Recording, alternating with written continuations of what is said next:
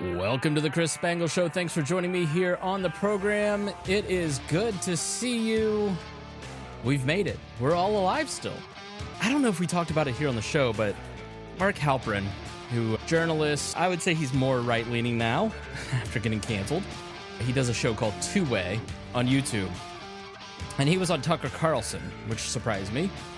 And he was talking about how if Trump wins, it could be the greatest mental health crisis in the country.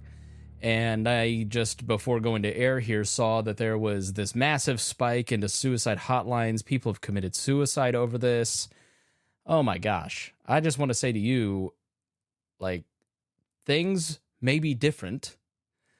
Things may be good. Things may be bad. You can't know that it's all going to be bad. And I think you should definitely reach out and get help if you are struggling in this time. But please, do not kill yourself over Donald Trump or politics. And I think that's the worst part about this election. This, I think, more than any other election that I've seen, has made both sides feel that it's existential, that it is life or death for my team to win. And we reject that sort of thinking here. You lived through the first Trump administration. You will live through this one. There's going to be really bad stuff, and there's going to be some good stuff. And politics has had this effect on people that I hate. And I think my main reason for not liking Donald Trump is that effect. It really encourages bullies. It makes bullies feel empowered. And you saw it almost immediately on election night. You're going to see it for 4 more years. And that he uses his position to whip people up. Like, when you have a microphone in front of you, you have a power to treat people with respect, dignity, and love, and he doesn't have that ability.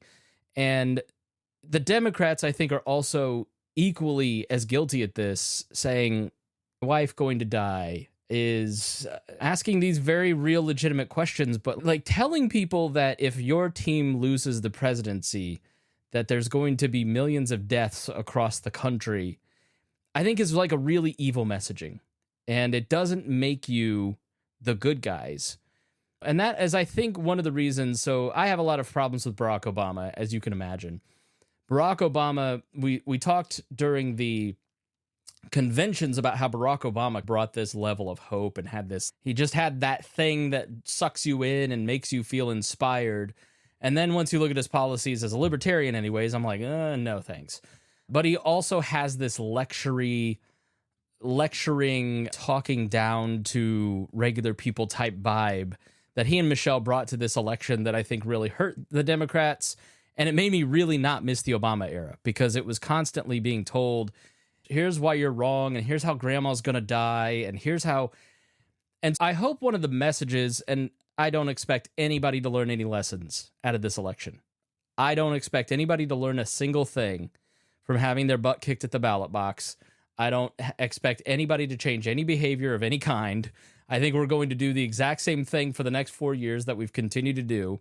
But I would hope that Democrats learn from this, that maybe the Obama era style of politics, where everything is existential, bred an existentialism in the GOP, that the Tea Party was a reaction to the Obama years and the rhetoric, which I forget which election it was, but it was literally like, your grandma's going to eat cat food and your uncle's going to be pushed down the stairs because they don't have health care. It just constant, just worst case scenarios.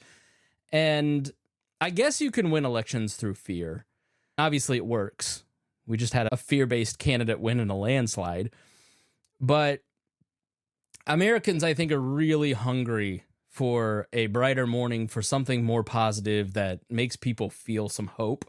I think that's why you see a lot of people turning to Trump, because if you look at the campaign messaging of Kamala Harris and Donald Trump, Kamala Harris, when she was doing really well, started out with freedom and hope and we've got this and we're all in it together and unity. And then when that they just lost the discipline of it and ended up at Trump is Hitler and he's a fascist and he is... Now look, we'll get to that later.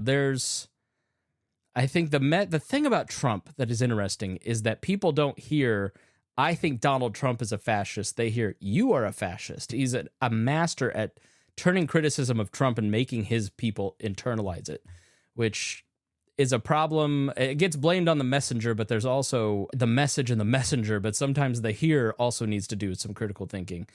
But the end of that campaign with Trump is an existential threat and women are all going to die didn't work.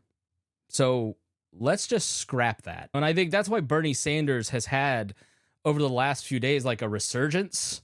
You're starting to see Bernie Sanders clips on Twitter and Instagram and making people realize like the magic of the Ron Paul movement and the Bernie Sanders movement and what tilled the ground for the populism of this age. And the Ron Paul movement, I think, helped till the ground for the Trump right-wing populism.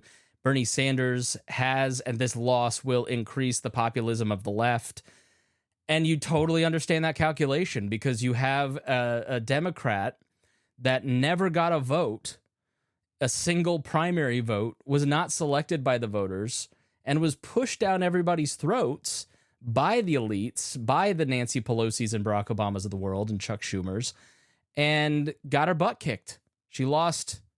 Like, this chart keeps going around of Biden's 81 million votes and she's got 14 million less votes and she's on par with Hillary Clinton. And I think that doesn't prove that the elections were stolen or anything like that. First, you have to understand, like, they probably are just now getting done counting ballots.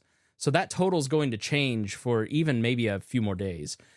But it shows how many people just stayed home. And so Republicans keep pushing this as if this is some sort of evidence of an election being stolen.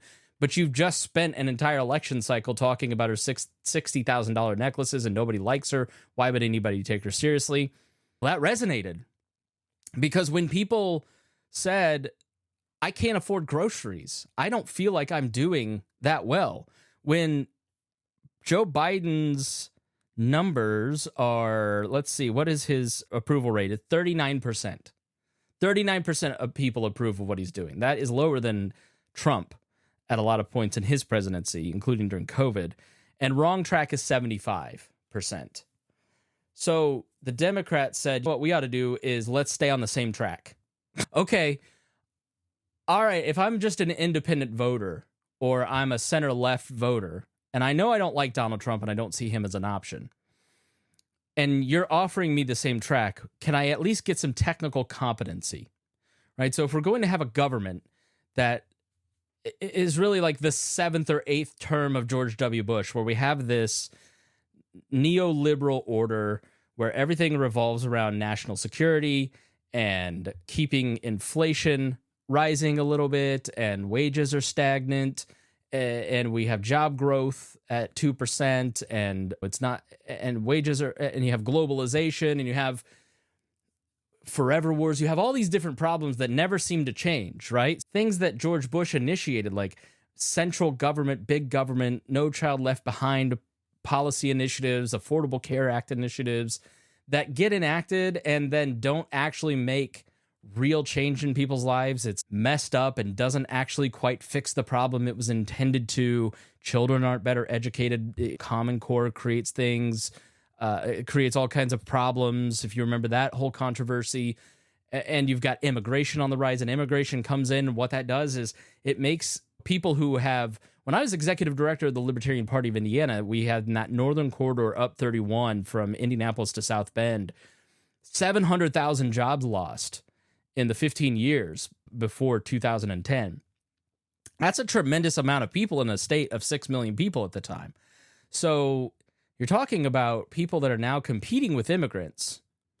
Okay, they're competing for their jobs. This happened in Europe. So one of the reasons that East Berlin in Germany is turning towards I believe it's the ADP, the more right-wing fascist-leaning party there in Germany, is because the people that live in the complexes where the immigrants were settled have to compete with jobs and never had the economic advantage to catch up to where their West Berliners ever were, right? So it created this stagnation of wages that led to Brexit-like movements and a rejection of immigration. So I don't think that you can I think we have a tendency on the left and right to blame the other side as if they're somehow propagandized. And I think that's just a huge mistake. I think there's a fair bit of people on all sides that take in misinformation and disinformation and make bad decisions. But if you were to go out around the state of Indiana and talk to people in Anderson or Springfield, you would have frustration, right? Springfield, Ohio. The wages haven't caught up and immigrants are competing with their wages. So there's obviously that issue, right? And so nothing ever seems to really get fixed. Nobody ever tries anything.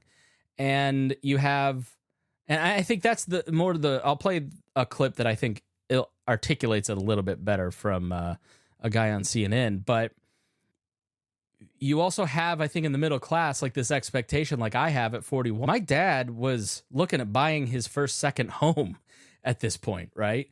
And I know I'm never going to reach the economic levels that my parents had. The boomers have hoarded so much of the wealth, and they've been in charge since George W. Bush, and they have not followed through on that wealth trickling down. They're getting their Social Security, their 401ks. They're still working, and they're not allowing for upward mobility for our generation, which, not for nothing, but I graduated high school in the middle of the 9/11 downturn, economic downturn. We graduated college in the middle of the '08 downturn. We hit our prime earning years in the middle of COVID when we're trying to raise our kids. I think there's a tremendous amount of frustration about the economics of our lives in the millennials, in the 40, 45 minus. And actually the biggest group age-wise that voted for Trump was Gen X. Gen X, by far, Kamala Harris won the majority of voters in Z, millennials, and boomers, but Trump got the majority of voters in Gen X, which angsty generation, that Gen X for sure. But you can see, if you think through that lens of people's economic frustration, compounded by 9% inflation at certain points during Joe Biden's administration. And I heard Niall Ferguson say on a podcast that median household income adjusted for inflation under Trump was 2% compound annual growth. Under Biden, it was 0.44%, Obama 0.45%, and Bush was negative 0.22%. Right. And now I tried to fact check that, and I actually went and I asked ChatGPT very specifically, and it came up with much different numbers where from Trump, the wages went from 55 to 65,000. And then under Biden, it went from 65 to 88,000. So you actually had in one number from the Treasury Department, economic growth for a family's median household income was better under Joe Biden. I could see that being the case because a lot of what Trump did with capital gains tax cuts, which supercharged the economy, finally started to bleed down. And then you had that period, remember, where I wish I had and everyone else had, where they were applying for jobs and they were getting like 3 times their salaries in some cases. So you could see how people hopped up their way into better jobs. And you also have a lot of baby boomers retiring since COVID or being retired since COVID. But all statistics, who knows what's the truth? But let's say Niall Ferguson is right, and median household income adjusted for inflation, 2% under Trump, and everybody else was like 0.44. I can't tell you the amount of family members who said I'm voting for Trump because I was doing better then. It's harder for me to get work now. It's harder for me to get jobs. I think the message of Ron DeSantis tried this, but people didn't believe it, that when you suppress economic supply by making everyone stay home because you put Fauci in charge, and then you increase demand by giving everybody a bunch of free money through PPP and through the personal stimulus checks, that's what caused the inflation. He passed 2 and wrote the 3rd of it. Yeah, I don't know. So is Trump the guy that is going to fix the economy? I follow this stuff closely. I don't think so. I think he's fairly incompetent. The stock market disagrees with me, obviously, and they think he's the guy that can do it, and voters clearly do too. I think there's a bunch of different reasons that he won.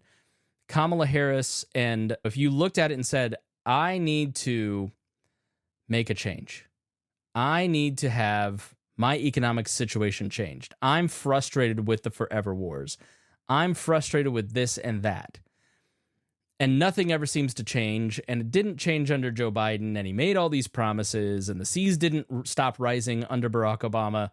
Let's just change our form of government or radically alter our form of government. I'm willing to take that risk. So if Donald Trump makes me wealthy, I'm willing to take the risk that he's not going to leave the office. If that even factored in, right? Like when I talk to friends who live in rural areas, nobody was talking. I was so surprised on election night that the CNN exit polling showed at 35% the most pressing concern of voters was democracy, and second was the economy. Let me see if I can pull that up, that image. But I think the conditioning of a CNN viewer, and even in my first instinct of it, was like, wow, 35%, their motivating vote was because they don't like democracy or they're worried about democracy. But that's like if you just say, are you concerned about democracy? Think about if you're a Trump person. Like, you are worried about democracy. You are worried that you just saw your president, the guy that you like, investigated, had his business mostly destroyed, blah, blah, blah, blah, blah, like all these different lawfare things going on. And you rightly or wrongly view that as an attack on democracy. And then you also have people like me who look at it and go, yeah, this guy can't be president. He tried not to leave last time. He doesn't have any understanding of the Constitution and has no allegiance to it. He's going to grow the size of the executive branch. I don't want that to be done. I want him to do the non-interventionist stuff, but I also, and where can we start to shrink bureaucracy? But it ought to be done constitutionally and responsibly. I don't know. We'll see. If he gets rid of the Department of Education, I'm for it as long as you're sunsetting programs. Democracy, 35%, economy, 31%, abortion, 14%, immigration, 11%, foreign policy, 4%. And as Spike Cohn said on the comment on this picture, 31 at the economy plus 14, I think he meant 14 plus 11 equals 56. So yeah, abortion, what Spike's saying here is like abortion at 14%. If that's your main concern, like religious TikToks are like, you can't let Kamala get in there. Because the thing about abortion is it's dead now. Donald Trump doesn't care about that issue. He feels that he has solved that issue. And he has done enough for the right wing with Dobbs.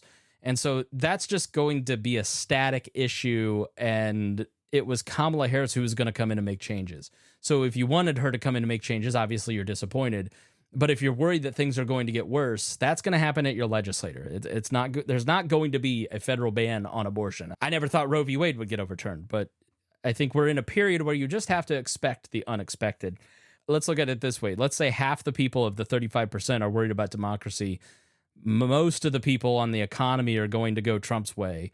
Let's say a third of the people on abortion are going to go Trump's way. Immigration is all going to Trump, right? Maybe 1 or 2% of Kamala, and 4% are worried about foreign policy.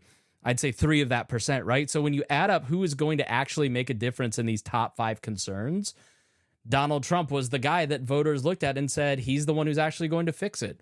I'd advise you to go and look at exit polling. Exit polling is a good snapshot because, Pete, they know you have voted because you just walked out and you took a survey. I've done an exit poll before. And it's always very interesting. And look at like local, so Fox News, CNN, I think the New York Times, and a bunch of different, ABC, NBC, they all do exit polling. And you should definitely go check those out because you'll learn a lot about where people were at. And this is the importance of an election. Madison designed this entire system with a lot of elections, county, state, federal, all these different levels of elections, because that's the only true way that you can poll people. And you'd think that in our highly technocratic society that, these farmers need to go to the polls in 1792 to see where they're at on a congressional seat. We're so much more advanced because we have cell phones and mass communication. We're not, because the polls were not even close, right? The article that we brought you, I should have gone with my gut, right? Because my gut in that first preview episode said, I think it's Trump. I just feel like the base of voters are rising. I think there's something to maybe the male vote and him winning over different demographics That's why I went with Trump. But then I let myself get seduced by the nerds and the fantasy baseball of it all. And I was like, I don't know. But I was close. I was the closest of all of us because I said, look, it's going to go either way. It's within the margin of error, and it could just be a landslide for one of these candidates, and who the hell knows? And it ended up being a landslide for Trump. And my map was very close. I obviously got Pennsylvania, Michigan, and Wisconsin, key states, wrong, but all the other states, you just could tell they were going for Trump, which is why I should have thought that maybe those other states were going to swing. But the article that we brought you in that episode about Henry Olsen saying, look, the fundamentals of Trump are there. The base of voters and turnout and participation show that this is going to be a Republican election. And that makes sense because historically an anti-incumbent candidate would win this race. So she was in the polling way outperforming where she should have been considering the abysmal track record of the Biden administration. And that was also helped by just the fact that Donald Trump is a convicted felon, accused of a lot of sexual abuse issues, and is just, every day is going to be just some new thing. Today, the hysterical thing is that he had Elon Musk get on the phone with Zelensky when Zelensky called him. I don't care. I'm just not going to spend the next 4 years hyperventilating about those things and what he's broken this norm. I did that the last time. I did my best to try to explain to you why limited government and norms are important. I will continue to do that, but just, I'm not going to let it emotionally affect me at all. You just can't. It is what it is. Like this is my message, and this is what I have told you for years. You cannot control with your mind, feelings, and emotions the actions of any politician, let alone Donald Trump. And he's going to do what he's going to do, and he wildly make huge mistakes that destroy the country. The lives of immigrants are greatly in peril, right? There are bullies get emboldened, racists get emboldened in this time period because of that top-down command culture. I'm not going to tell you that everything's going to be great. I think people need to go into this clear-eyed, wide open, that this guy wants as much power as possible. And that is a terrible impulse because he shouldn't have as much power. We should have limited government to constrain any person that wants that kind of power, whether it's Joe Biden, Kamala Harris, Barack Obama, Donald Trump, Marco Rubio, whoever, right? That, I think, is the most disappointing thing about so many libertarians just going, if I can get Ross Ulbricht freed, then I'm going to support Donald Trump. All right. I feel really bad for Ross Ulbricht, and I want him to be freed. But let's just look at this like a voter. How does that help me at all if he gets freed? That isn't anything that's going... Did you see in that top 5 list Ross Ulbricht being freed? No, people want solutions to their economic problems. And this guy is saying, I'm going to put tariffs on everything that comes into the country. We import a lot of chicken. We import a lot of food. And I'm also going to deport people who are here legally by going through all of their paperwork and deport the people who are actually making the food and working in agriculture. I'm a C student in economics in high school, but I can tell you that if you limit labor supply and you increase the price of imports because you don't have the supply, that food prices will go up. So I don't know. We'll figure that out in a different episode. But yeah, I think there is going to be a lot of good and bad, but you have to really focus on your local. You have to focus on you, right? It's a step-by-step process when it comes to political change. You have to be the best you can be. If you want to run for office, you can't just run for office. You need to build a network of friends. You need to, it's dating, right? If you were sitting here listening to me and going, I can't get a date, I will give you the advice that I heard on this great podcast called Mating Grounds a decade ago by Jeffrey Miller and Tucker Max. You're not getting dates, not because women are mad at you're getting friend zone, blah, blah, blah. It's that you aren't economically secure, you aren't physically fit, you aren't emotionally healthy, you aren't doing the things that you need to do to be a productive member of society. And I took that to heart and started improving myself. And if you compare where I am at now from the beginning of this podcast, right? My life is night and day, right? My network is night and day. My mental health is night and day. My physical health is much better. I can't wait for Robert Kennedy to make me healthy again. I'm looking forward to that. Everything's a work in progress, right? I've got a great family. I've got a loving wife. I'm living the trad dad dream for sure. And that is because I started to take my own life seriously, took hold of it and said, you know what? I'm going to go to therapy and work out these problems because I'm not relating to women the right way. I'm divorced because of me. And I need to not let that happen again, right? So I need to start working out. I need to start eating better. I need to start doing all these things, networking and getting off the TV and getting off the couch and getting out there and being a productive person. And then once you've got your foundation laid, and spiritual, I think is huge, right? My spiritual life is just incredibly important and is, I think, the key to me getting to where I'm at, right? So then once you're out in the world and you're participating in a church, a community group, you have friends, you're building something with people, then maybe start considering to run for a local office. But this idea that we're all just going to sit in our house and doom scroll and tweet our way to having a better world, I think that's bad for your mental health. I do think this election showed that there is far more to messaging and to, how do I put this? Kamala Harris spent $1 billion and had a massive get out the vote effort that we talked about in that last podcast. That didn't matter, right? Jefferson Shreve ran for mayor here in Indianapolis for 1 million people and spent like $18 million of his own money. It didn't matter. Michael Bloomberg tried to buy the nomination 4 years ago. It didn't matter. Money and get out the vote efforts still are subject to the rules of Marshall McLuhan's good messaging will kill a bad product still, right? You can't market your product if it stinks. People won't buy it, right? So Democrats have to figure out what the product is.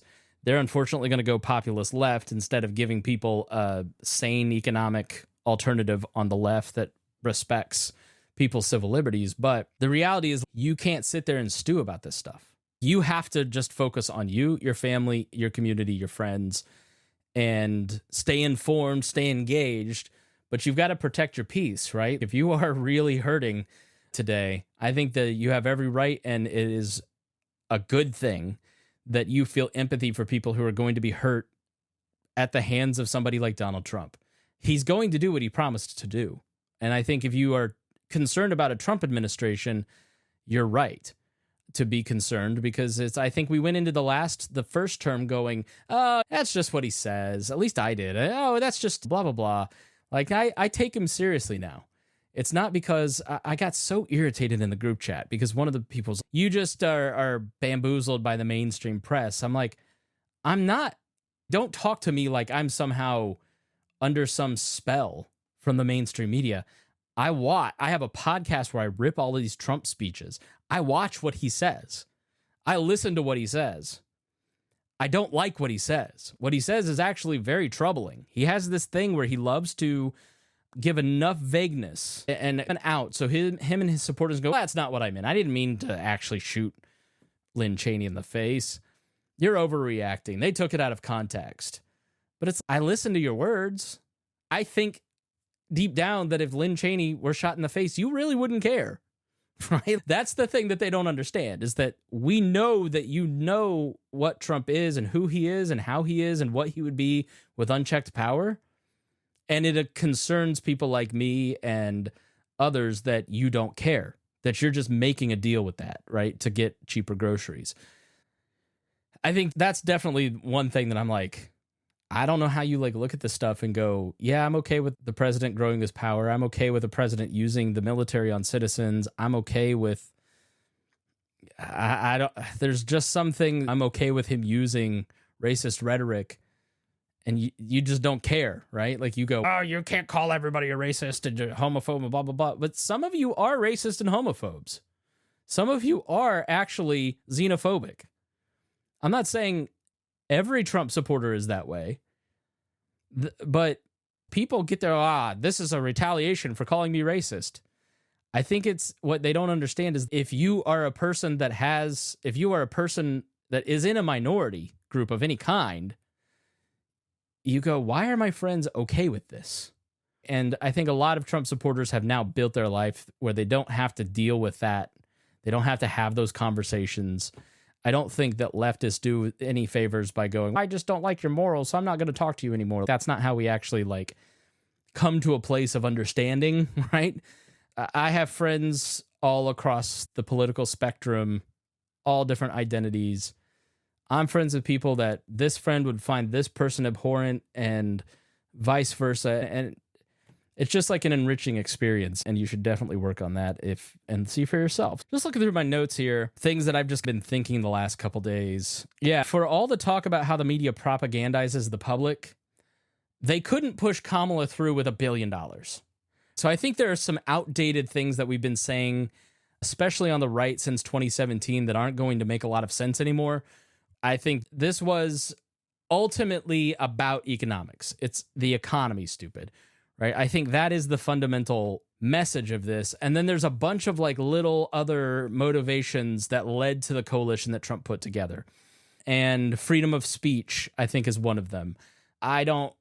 I've never used the word woke on this podcast. That whole concept of woke and being against it and protecting women's sports, and I don't want my daughter to have to be in a school gym with biological male. And I think these were definitely a lot of contributing factors for some people. There's the economic voter, there's the pro-life voter, there is the culturally right voter that all fit into this coalition, which spoke to especially men from a lot of different perspectives that kind of led to this. And he did what we talked about in that last podcast. The person is going to win who can white women turn out for Kamala versus men, and specifically black and Hispanic men who would have voted Democrat last time. Can he convert enough of those people? And he certainly did to actually get it done. But I think we need to be suspect of like this, that what used to be talked about as the cathedral, right? The cultural left is this all-powerful Borg that is assimilating everything in our culture. And I think that has definitely been, if it ever existed, it has been pushed back. I always have said on this show that things are going to swing back and forth. You're going to have now the right go too far. Icarus will fly too high and get too confident about this election, and their wings will melt a little bit, and then it will swing back a little bit more, right? I think we're going to have this back and forth where I could see us having a long string of one-term presidents, right? So we had Trump, and then Biden, and then Trump, and presumably he will not be. And presumably Donald Trump will not be president again, but we'll see, right? And then after Trump, maybe it swings to a Democrat and we have President AOC, and then it swings to a term of President J.D. Vance, right? Who knows? I think we have to be prepared for just all of the unexpected turns. There will be elections, no matter what Obama and Elon Musk say. There will be elections. Do not worry. We will still have elections. And I'm just thankful that this was the most secure election of all time and literally no voter fraud. It is amazing to me how we went from massive voter fraud to no voter fraud. Actually, it's not amazing at all. So let's hear a little bit about the breakdowns. This is Harry Enton on CNN giving us an idea of the swings. Holy Toledo. All right. Trump gained ground in 49 states and the District of Columbia compared to 2020. I went back through the record books. When was the last time a party gained in so many different places? You have to go all the way back to 1992 when Bill Clinton improved upon Michael Dukakis's performance in 49 states, plus the District of Columbia. The bottom line is no matter where you looked on the map, Kate Baldwin, no matter where you looked, Donald Trump was improving on where he did 4 years ago, except for Washington State. It is no wonder that at this particular point, he looks like he's going to be the first Republican to win the popular vote since George W. Bush back in 2004. And to pull that off, he gained ground with groups that Republicans do not generally count as part of their winning coalition, or it really at all. How much ground did he gain? Yeah, holy Toledo. It's just, oh my goodness gracious. These are the types of groups that you would never have thought that Donald Trump would have gained so much support among 8 years ago when he first won against Hillary Clinton. Trump's was the best GOP showing among 18 to 29-year-olds in 20 years. You have to go all the way back to 2004. How about among black voters? It was the best performance for a Republican candidate for president in 48 years since Gerald Ford back in 1976. And among Hispanic voters, the exit polls only go back since 1972. But Donald Trump's performance on Tuesday was the best for a Republican presidential candidate in exit poll history. He literally goes all the way back through history and breaks history. This is what we're talking about, Kate Baldwin. Groups that you never thought that Donald Trump would do well amongst, even for a Republican candidate, that is what he did. If the 2016 election was about Donald Trump breaking through with white working class voters, this election was about breaking through and going to that Democratic coalition and tearing it apart.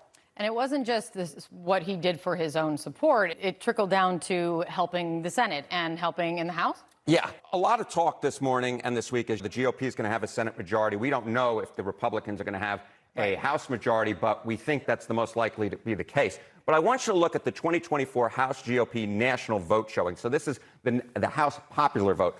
Currently, the GOP is ahead by 5 points. I expect that to shrink a little bit as some of the California results come in. But that, if let's just say he wins, the House GOP wins by more than 2.6 points, it will be the best House GOP showing in a presidential year in the House popular vote since 1928.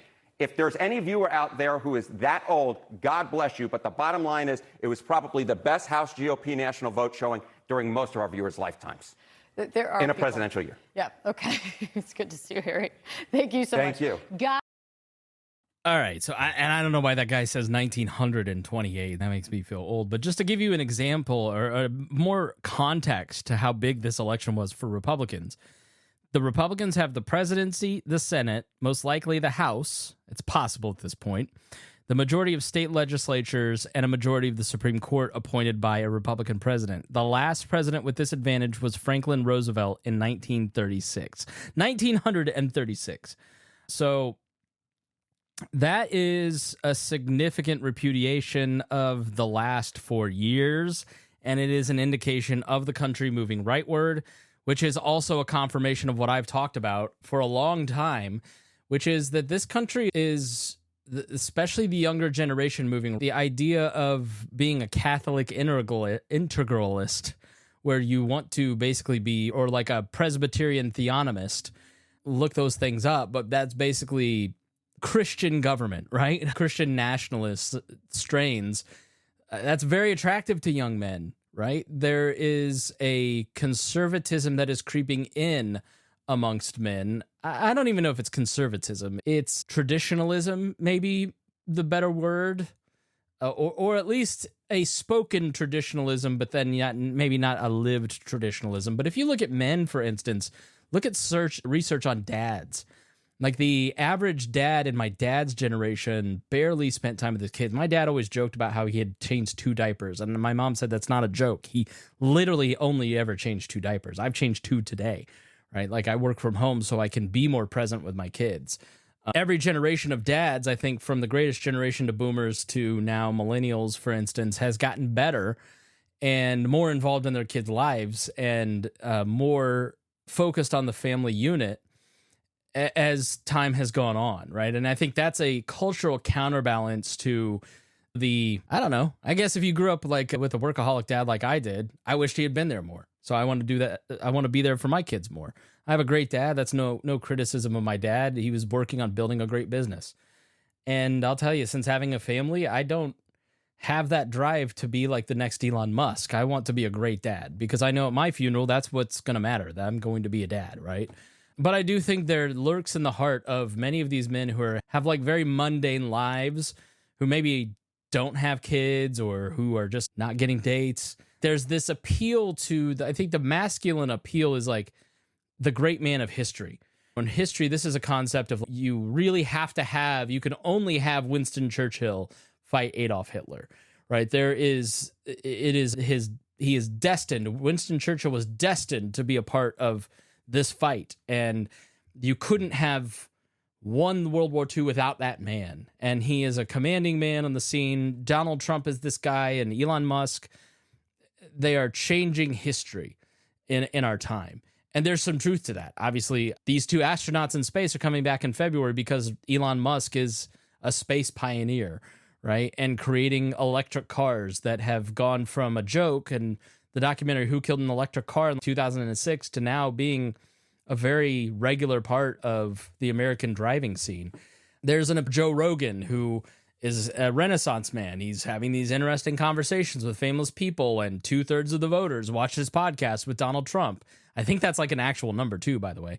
He had 50 million views on it, and there's 100-some million voters, right? And he's also a UFC guy and a comedian. And there's this appeal of, even if I am stuck at my boring job and I'm not doing anything interesting, at least I'm on their team while they go out there and kick ass, right? And Hulk Hogan and blah, blah, blah. I think that's some of the appeal. And there's also societal pressure. If you are not a Trump supporter and you are on the right in the libertarian movement now, I can't tell you what my inbox looks like. And I just see how Chase Oliver got treated this year, and is Michael Malice, like, literally, you don't want to be called homophobes, but then you tweet out really homophobic stuff and then go, why am I being called a homophobe? You are being a homophobe, right? You are hating Chase Oliver because of his sexuality. It doesn't make Michael Malice a good person. It makes him a bad person. It makes him a cruel bully.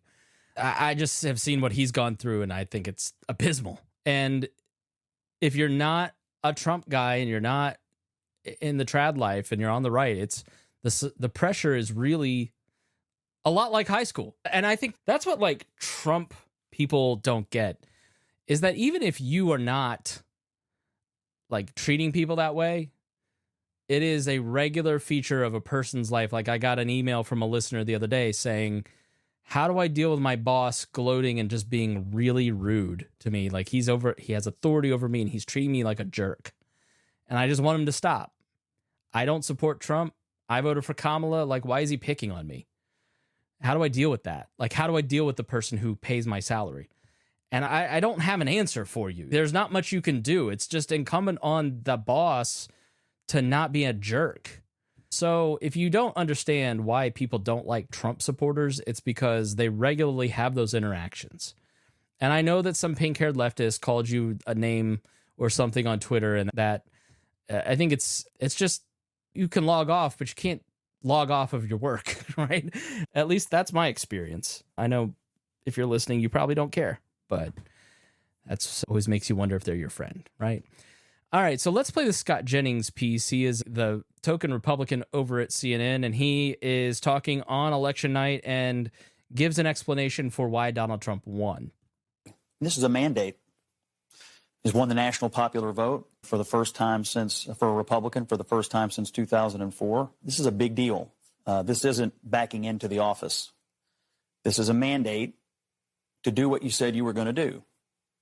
Get the economy working again for regular working class Americans, fix immigration, try to get crime under control, try to reduce the chaos in the world. This is a mandate from the American people to do that. I think I'm interpreting the results tonight as the revenge of just the regular old working class American, the anonymous American who has been crushed, insulted, condescended to. They're not garbage. They're not Nazis. They're just regular people who get up and go to work every day and are trying to make a better life for their kids, and they feel like they have been told to just shut up when they have complained about the things that are hurting them in their own lives. I also feel like this election, as we sit here and pour over this tonight, is something of an indictment of the political information complex. We've been sitting around here for the last couple of weeks, and the story that was portrayed was not true. I mean, we were told Puerto Rico was going to change the election. Liz Cheney, Nikki Haley voters, women lying to their husbands. Before that, it was Tim Walz and the camo hats. Night after night, we were told all these things and gimmicks were going to somehow push Harris over the line. And we were just ignoring the fundamentals. Inflation, people feeling like that they were barely able to tread water at best. That was the fundamentals of the election. And I think that both parties should always look at the results of an election and figure out what went right and what went wrong. But I think for all of us who cover elections and talk about elections and do this on a day-to-day basis, we have to figure out how to understand, talk to, and listen to the half of the country that rose up tonight and said... We'll get to the media part, but he echoes something that James Carville said on his podcast, The War Room, and his take on this is that the Democrats lost because they are the party of chaos. They never successfully explained that they were not the party of chaos. You had the Afghanistan withdrawal going south. You had inflation felt like it was out of control. You had the defund the police movement. He said we went wild with identitarian politics. Mayors during COVID just turning the other way, and then you had one of them on the ballot. in Tim Walz, where you're just going to let Minneapolis burn. You're so arrogant that you put the governor of Minnesota on the ballot when he failed to protect one of his cities. And women in sports, and it just felt like the world was out of control and chaotic post-COVID. And I don't think you can discount COVID and how important it was in just the way that we're functioning as a society still, and in this election. There's a lot of pent-up resentment amongst people about COVID and vaccine mandates and abortion bans, and it just pushes all of this frustration on all these different sides. But I think you take somebody like Danica Patrick, okay, who's a race car driver, former race car driver, now does TV, out there stumping for Trump. I would never hire her to be a speaker at my Lincoln Day dinner when she's never voted until 2024. But she's indicative of somebody who is just like living life and being a professional and is an adult and does all these things. And then COVID makes her go, wow, government can really hurt me. We didn't see a lot of backlash towards Republicans in 2022 in those midterms. That was like the anti-abortion lashing towards Republicans. But this, I think, was a repudiation of the feeling of chaos, just the feeling that you don't have the ability to stabilize things and get things back on track. It's what we talked about earlier. It's the same track.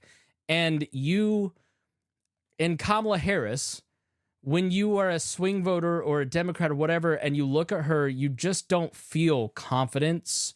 You don't feel that she has competence. And I know it's sexist to call, but watch an interview with her. I think Democrats have to be honest with themselves.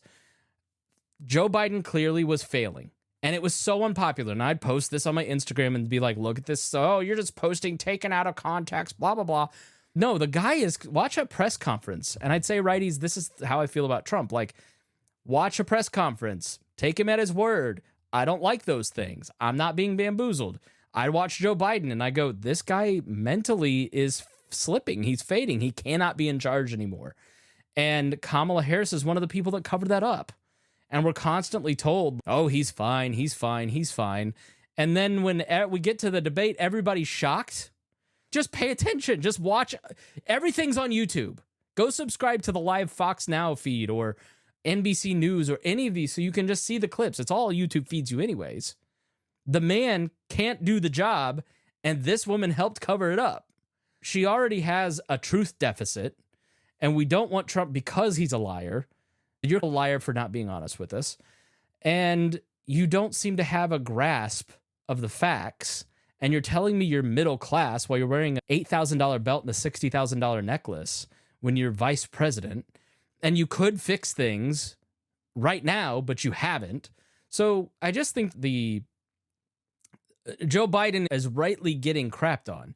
And I'll explain why via Chris Christie. Joe Biden made a promise to the American people when I was sitting in this seat 4 years ago. He said, I am a transitional figure. The implication of that, David, was that he was going to serve one term because of his age, and he was going to move on. And when he broke that promise, he did two things. One, he broke faith with the people who voted for him.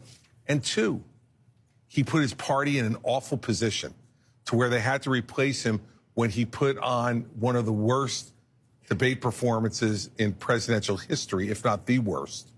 And so Kamala Harris had to inherit all of that. Like it or not, that's what she had to inherit, and she had to overcome it.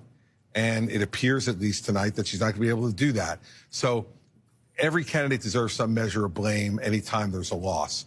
But I would say this, that Joe Biden should be looking in the mirror tonight and thinking about what did he do? What did his lack of keeping his word on that central promise from 2020 do to this election tonight? Joe Biden made a promise. Now, why would Joe Biden do that? And this is the problem for Democrats, is that the media, the political media they have been so focused on Trump for so long that they don't hold Democrats accountable and ask hard questions like, can you cognitively serve in this office? And through the election campaign, she's not doing interviews. We're just going to give her a break. Donald Trump's out there. Donald Trump never gets a break. And a lot of that is earned, believe me. But I'd like to see the same scrutiny. And I've always said this, like, Donald Trump is great because it exposes how everything actually works. He is corrupt. The media is biased around him. Like, he is going to use the office to enrich himself like he did last time. And he's going to use his hotel to make money. And if you want a pardon, you got to pay through Rudy Giuliani $1 million. You've got to do all these different things. Use Mar-a-Lago as a cash cow.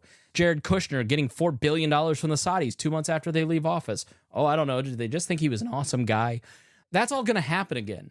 But there is a lot of that happens on the other side too, and with other Republicans, and it's like it exposes it, right? And I'm one of the few people that will tell you that Donald Trump doesn't get a pass on those things, and those things are bad, so he should be held to account too.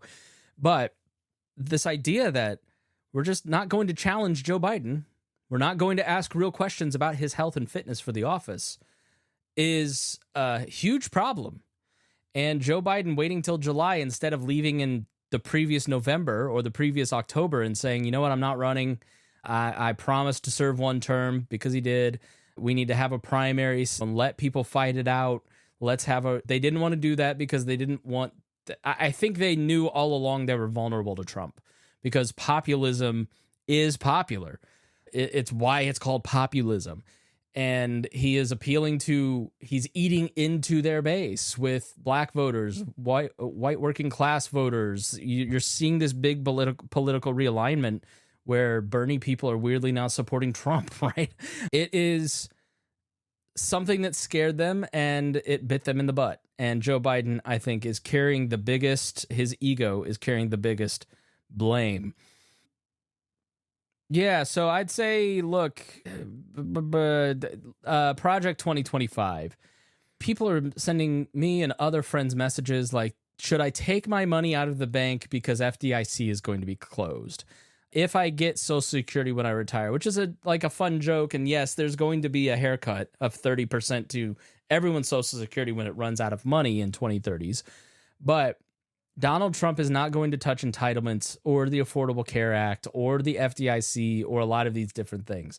Not in my opinion. I think you take him seriously at his word, right? And he is so hesitant to touch these safety nets that people like that are popular. What he is hot on is immigration, protecting himself legally. Can the president pardon himself? He's going to pardon all the January 6th people. He's going to do the mass deportations in some form. What Trump did a lot of in the first term was he'd build a mile of the wall, which is nothing, and then stand in front of him and go, see, I built the wall. How awesome am I? He wouldn't build the wall. Barack Obama built more wall at the southern border than Donald Trump in their administrations. And so does Donald Trump come in and find the worst mass murderers, hunt those people down, deport them, and go, I'm doing mass deportations? Or does he do like they were doing at the end of the term, finding the 65-year-old Iranian doctor who made a mistake on his paperwork and deporting him and his whole family? The size and scope, the exit polling that CNN did showed a clear majority of people not wanting these mass deportations, including Republicans, saying, look, they need a legal path to citizenship. They need a legal path to work here. And that's what the American people want. But they're not going to get it from Trump, and they're clearly not going to get it from the Democrats because they are pussies. But the reality is that Donald Trump is going to do either mass deportations in the way that he's talked about it, and we're going to take him seriously, and it's going to be widespread, and he's going to deport American citizens. The children of illegal immigrants are going to go, and they're American citizens, and they have no citizenship in Colombia or Guatemala. Like, where's the Supreme Court going to rule on deporting a U.S. citizen? I don't know. So I think it's going to really test America's courts and resolve when it comes to immigrants. And I think they're going to go so far that it's going to backfire. That pendulum will swing. And hopefully in the administration previously or after, you get some sort of reasonable path to citizenship where people can come and work and eventually after maybe 15 years can become voting citizens. But there's got to be something that's common sense, because what we have done by just putting up walls and saying nobody can come in and we're going to shut down chain migration and our decreasing attitude towards allowing any immigrants in, We have a quota system that was set in the LBJ era of 225,000 immigrants, but they could bring their families, which led to chain migration, which increased to millions of people come in because of family members. Does that get changed in the Congress where they have the Senate and they have the House? Maybe. If you're going to change immigration, you've got to do it through Congress. You can't do it through executive orders. This stuff is just not how it's supposed to be done. And the people's representative Congress is not going to assert itself, but it needs to. How far will he go? And the farther he goes, the more obscene it is, the more likely we're going to get immigration reform on the other side. But the problem is there's real human lives that are going to be affected by that. There's real human lives being affected at the border right now. What's happening, if you don't know, is our immigration policy, because it is so tight, it is, and our drug war has led to explosions of crime in these cities. The Mexican cartels have grown in power over the last 30 years and have now turned into smugglers of people. And so these families will save up to come to America and be smuggled through the Darien Gap, and they will give them their life savings, and they'll take the dad and put him with a different family and put another dad with the wife and kids, and then they will ship them off so it looks like they're all families. But the dad has been told, if you don't do what we want you to do when you get to America, we're not going to give you your family back. We're going to kill your wife and kids. And so they come to America, they get in, and then they are enslaved to the cartels when they get here. It is really horrific and awful, and something needs to be done just from a humanitarian perspective. We have the power to greatly decrease, if not end, a lot of this slavery and take that power away. Are we going to do it? I don't know. Does America have the moral conscience to do it? I don't know. Tegan Goddard over at Political Wire wrote about this election, just to go on to some different thoughts. The massive disruption of our society caused by information technology has led to 11 change elections out of the last 13. The reason is that neither political party appears capable of addressing the concerns of voters. Trump has presided over a major political realignment of the GOP, and it's unclear if this can continue after he leads the stage. And he talks a little bit about podcasts coming in and being an important part of this. I think they definitely played a role. It gives you unfettered, unfiltered access to a candidate. The first time in 10 years I've seen Donald Trump be a human is with Theo Vaughn when he was talking about drugs. His brother, Theo, oh, cocaine? No, I've never heard of it. Dude, you were the king of New York in the 70s and the 80s. Stop. You've heard of cocaine. Trump flipped Starr County, Texas, a majority Latino district on the Texas border for the first time in over 100 years. Hillary won the district in 2016 by 79 to 19%. Trump won it this year by 58 to 42, an incredible 76 percentage point swing. That has to be directly related to immigration. I don't know have enough information about that area to tell you exactly why. Trump's win obliterated the most pre-election assumptions. Exit polls show Harris lost support from both men and women, both college-educated and non-educated college-educated voters, both Arab American and Jewish voters, both Republican and Democratic voters, and both white and non-white voters.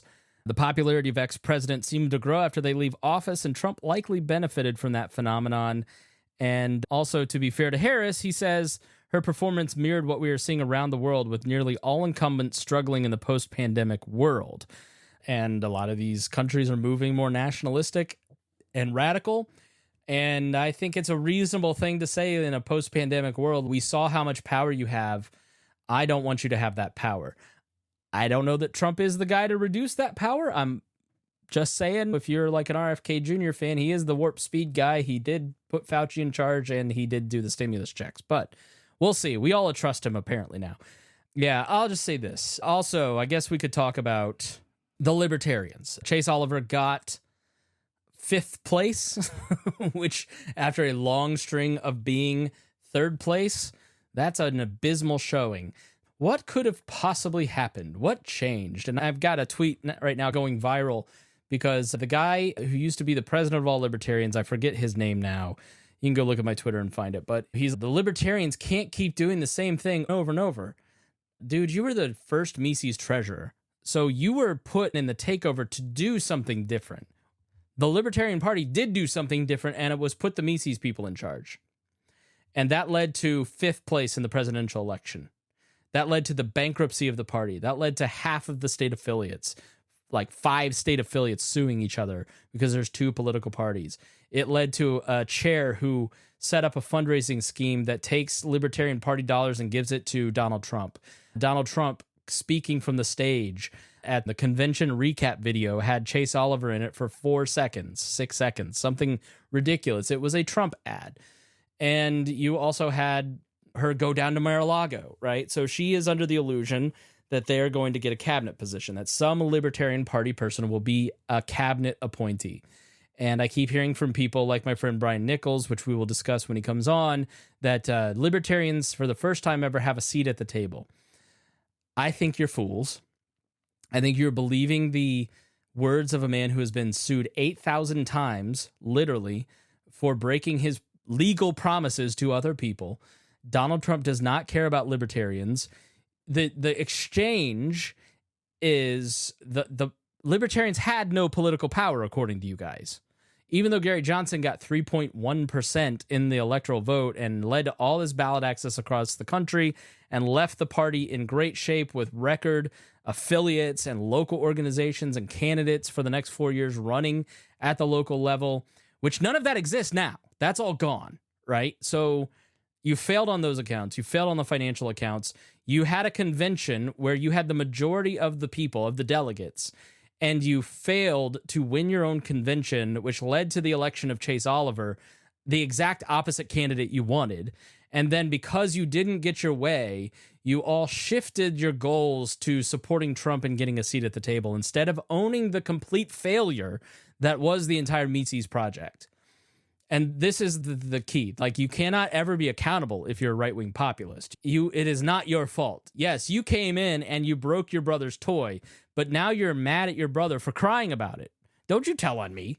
You're the one who broke the toy, right? You're the one who came in and said all of the work of all of the people who built an institution and organization that led to hundreds and thousands of candidates across the libertarians getting elected in Indiana and Ohio and Pennsylvania and all these different places, serving on their local as mayor of Topeka, Kansas, or on the city council of Topeka, Kansas, city council in Indianapolis. Like, all of that didn't matter, and that work wasn't important. That was stupid. You're better at this. You're going to do bold messaging. And what do we have to show for it? You have a Libertarian Party that is dead, that got 5th place in the election, and it is squarely on the Mises caucus's shoulders. And you can blame Chase Oliver all you want, but Chase Oliver had absolutely no party support.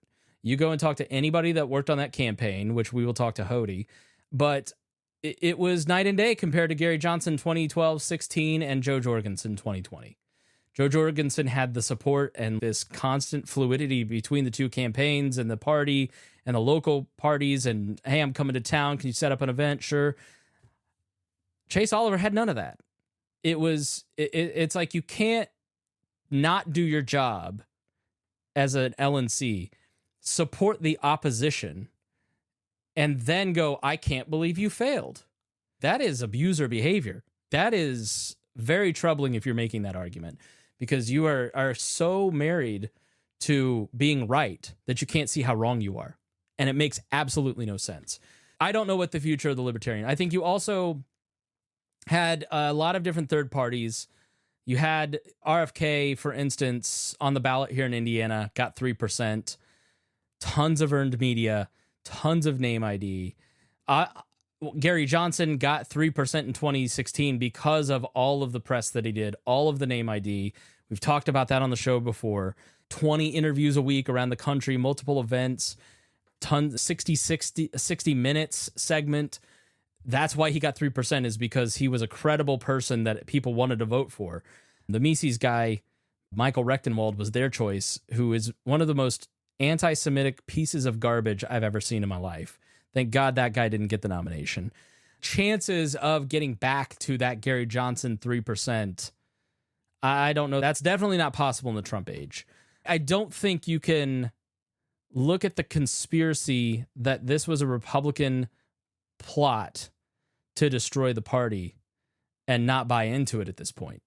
There's got to be some credence to it, because the party, if you were being paid by someone like Steve Bannon to destroy the party from within, you wouldn't have done anything differently. So I don't know how you rebuild that. I think the damage to the brand has been fatal. I think it was already on life support. I've said this on the show before, but back in 2013, I was working for the Advocates for Self-Government at the time. And I went to what was ISFL. It's now LibertyCon, but it's Students for Liberty's convention in Washington, D.C. And the Libertarian Party booth was sad. And none of these students were stopping by to talk to them. Everybody was so excited. It was the peak of the Ron Paul era. People were jazzed to be there. We were stopping at all the booths, taking all the stuff. And nobody wanted to talk to the Libertarian Party. And so I started just asking people, because I just left the job at the Libertarian Party and I was curious. And all of those college students told me, they're like, why would I join a political party? I want a good candidate. I want somebody that I can believe in. But I'm not going to join a political party. And the writing was on the wall then, this individualistic age that we live in, where people don't commit to an institution and they don't have loyalty to anything. Like, the worst thing you can do to yourself is work at a job for more than 5 years. Because if you don't job hop, you're not going to raise your salary. You've got to move on. If you stay loyal to the company and invest your time and efforts into the institution, they're not going to pay you more. That loyalty is not returned to you. You have to job hop. And you have to look out for yourself. That's just the sad reality of it these days, right? And if you look at local parties here, the Republicans and the Democrats locally, there's no precinct committeeman. The Democrats rule this city with 70% of the vote. They don't have precinct committeemen anymore. People don't want to serve and do that party business. They do. It's just that it's not as full and it's not as energetic as it used to be. It's like a boring function that has to be happening. The Libertarian Party in the last 4 years cannot get meetings together. People don't meet. The beautiful thing about my time from 08 to 12 was it was so great to travel the state and the country and get to see people in their local counties stopping big projects. Like Rush County's Libertarian Party killed a $100 million project. And we had that multiple times throughout my 4 years there, where people just started showing up to county council meetings and canceling out major projects because they put a video camera up. And now all of a sudden everybody's being accountable. All that's gone, right? That local accountability from a third party is gone. And people don't want to go and hang out with each other, and it's not cool. If you are part of the Libertarian Party now, you're a joke, you get made fun of, so people are not going to go be a part of something that's not cool, that's not fun. And the people making it not cool and not fun and mocking it are the people who were in the Mises caucus. Yeah. And all those people are supporting Donald Trump. So it's just no surprise that Heiss and Angela and all these people all ended up supporting Donald Trump. I don't have any kind of positive note for the Libertarian Party. Jill Stein's candidacy was huge because of Gaza. In Gen Z, minority communities especially, Black, Muslim, Gaza cannot be overstated for why those people stayed home and didn't support her. The way I would put it and translate it to libertarians is the war in Iraq and why it drove so many of us from the Republican Party. It is a real game changer and motivator for people leaving the Democratic Party and sitting this election out. And so I think that rise in third party, a lot of libertarians obviously are Gaza people. Excuse me. My throat's getting dry. And those people, the Libertarian Party has been the anti-war party for so long and gave up some of its street cred to these other third parties. But yeah, obviously embarrassing for the Libertarian Party, and we know who to blame. We know whose fault it is. Those people will never be held accountable.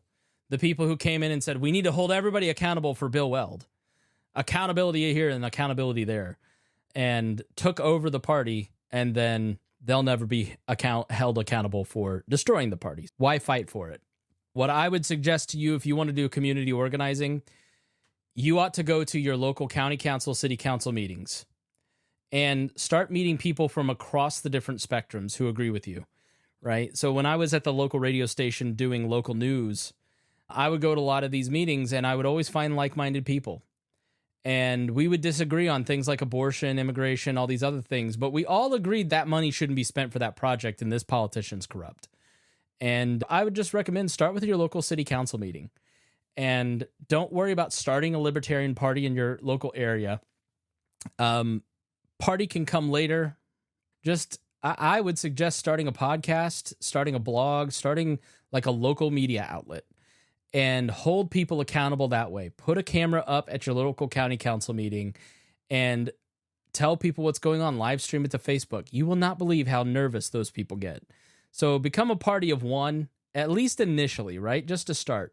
And then maybe you meet a Democrat or Republican and you find some common cause in those parties, or maybe there is a strong Libertarian Party in your area that is worth it. But I think at least for the next 4 to 5 years, the Libertarian Party is going to have the leftovers of the Mises people. I don't know. I don't know if that's true. I think, I bet, let's say Angela McArdle, this national chair, gets a job in the Trump administration, which I'm sure she's angling for. I could see that kind of being the final nail. You've already got Michael Heiss, the leader of the caucus. He's stepped out. You've got a lot of these Mises guys who became disillusioned with the caucus and they've moved on. There's a lot of the Prague side, if they even still exist, who are just exhausted. I think this period has worn out so many Libertarian Party people. The people that I talk to are just done on all these different sides, right? I'm tired of fighting with the left-leaning libertarians if you're a Mises guy. I'm tired of fighting the Mises people if you're a centrist or a liberal libertarian. Like, you're just done with it. Like, you don't need it. There's no benefit to it. It's too toxic online. And so, I don't know. I don't know what happens. I think you'll see people keep it on life support for a few years, and then something will happen that will lead to its resurrection at some point. You've got a party that has a lot of ballot access and institutional memory, mechanisms that are built that are not going to die. It will still exist, just not in its current form, not during the Trump. Too many libertarians see Donald Trump as a libertarian to support it, and too many of us who were involved in the past have moved on with our lives. I've got a family. I would not spend race weekend at a Libertarian Party convention. I turned down every interview for Libertarian candidates, except Don Rainwater. Don has pestered me about me not having him on for years, and I finally said, hey, I really want to get you on this year, and it never happened. I think he's got some family stuff, so I'm not taking it personally. No public apologies yet, Don. But yeah, I've moved on, and I'll end it with this. Here's how I feel. I have moved on from my libertarian stage. We are libertarians as a brand.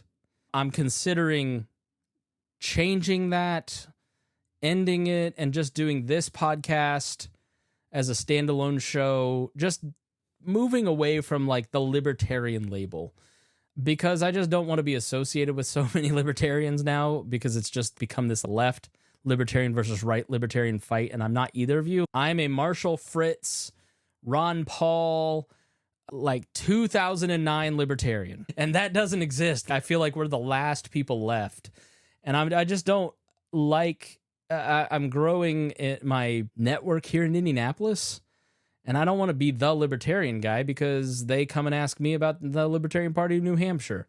I'm not down for that, right? And I also feel like I'm moving in more of a journalistic direction with the show, and I think my goal was to get you to become a libertarian and become a Libertarian Party person 10 years ago, and I just don't care about that anymore. I want to see you affect the common good in your life and your community.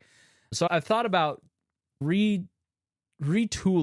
things. I haven't made up my mind fully, but discussing that, I think for me, as I've become more active in my local community, the tension that I feel in my family as a dad and husband, in interacting with people in my local community and my neighbors and different groups that I'm in and business and all that, is that tension between the common good and libertarianism. And libertarianism is the desire to, how would I put it, like in this context? It's pure individualism. Let's take Ayn Rand as the purest form of this spectrum, where you are perfectly self-interested. Other people don't care about you at all. Look out for yourself, right? That's a very crude explanation of what she believes, but that's the gist of it. All the way to like communitarians who say, look, we have the common good. Your individualism strikes at the heart and benefit of the community. And so there are times where you have to take a back seat in your personal liberty to achieve liberty for the community, still within libertarian bounds. I'm trying to think of a good example. And what is your community? If you are a non-interventionist and you look at funding Ukraine, is all of humanity and the people of Ukraine your community, right? Some common good conservatives and libertarians argue, like, we have to support Ukraine because if we don't, those people are going to die, right? And that's not in the common good interest. Look, I have to be real. There's evil in the world, and it's not my job to solve it, right? My job is to solve my local community's problems and to affect the common good here. There's a single mom that my wife is helping right now. We paid her rent this month. We are helping her find housing. Some libertarians have been awesome in helping that and donating, and she lost all of her possessions. She's getting evicted. We're collecting all those. That's what I can do, is find somebody that's hurting and needs some help and use my network for good, right? And I want more money in my pocket, so I have more money to give to people like this, right? That's in the common good interest, right? To have lower taxes, to have less government, to have less regulation. She's in a situation where HUD is basically, this person is renting an apartment illegally, a HUD apartment illegally, and is getting away with it and abusing this person. And so we're trying to get them out of that situation. That person is using the government to harm this person. I don't know. There's, I think, an interesting tension as you start to think more, how can my libertarianism become actually personal and local as opposed to studying the news? Scott Jennings, and this, I think, is my final point. The news industrial complex. We love the fantasy football of it all. I do, for sure. I love the current events piece of it. I love arguing or learning about other people's opinions on tax policy or this fight or that fight. I love the drama of it all. And I think Trump has made it like this fun tabloidy thing in politics. But like, that is so far disconnected from people's real life. And I think that's part of why the media completely missed the Puerto Rico joke. I don't know if I said it on the podcast, but maybe I posted about it. That always felt like one of those things that nobody actually cares about because they are broke, but that the media tries to repeat to make you think that people care about it. And I always go, man, I'm not Puerto Rican, so I don't know. If I were Puerto Rican, would I feel differently, right? The 225,000 Puerto Ricans in Pennsylvania care, maybe. But is that enough to really move the needle? And clearly it wasn't. But that's just one of those things where we get so caught up in arguing about, was this joke appropriate from a comedian? And it doesn't actually connect to people's actual lives.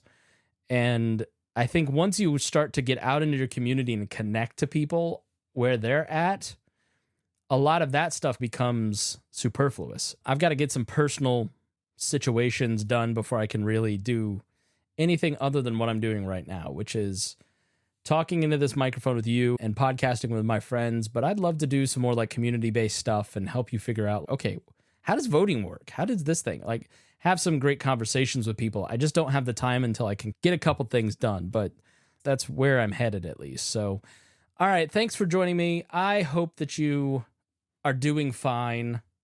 I think if you're listening to this show, you were going to be disappointed no matter what. Somebody at work asked, so are you happy or sad about this? And I said, I'm a libertarian. I'm built for disappointment. I tweeted that, and the Libertarian Party of New Hampshire said, aren't these libertarians that are in charge, like, this is the crazy, these libertarians who are in charge are so negative, and what a sad worldview. And it was a joke. You didn't recognize it as a joke because I didn't make it bigoted, but everybody else realized that it was a joke. And I think if you aren't disappointed, then you probably don't understand Donald Trump's relationship to power and how much he loves it, which is not good. All right, everybody. I thank you for listening, and we will have more conversation from different people in the coming weeks. I'm thinking about trying to do some sort of like maybe live event if I can get it together and get everybody's schedules to match up, because I think that'd be fun, but we'll see. Okay. All right, everybody. Thanks so much for listening here on the Chris Spangle Show.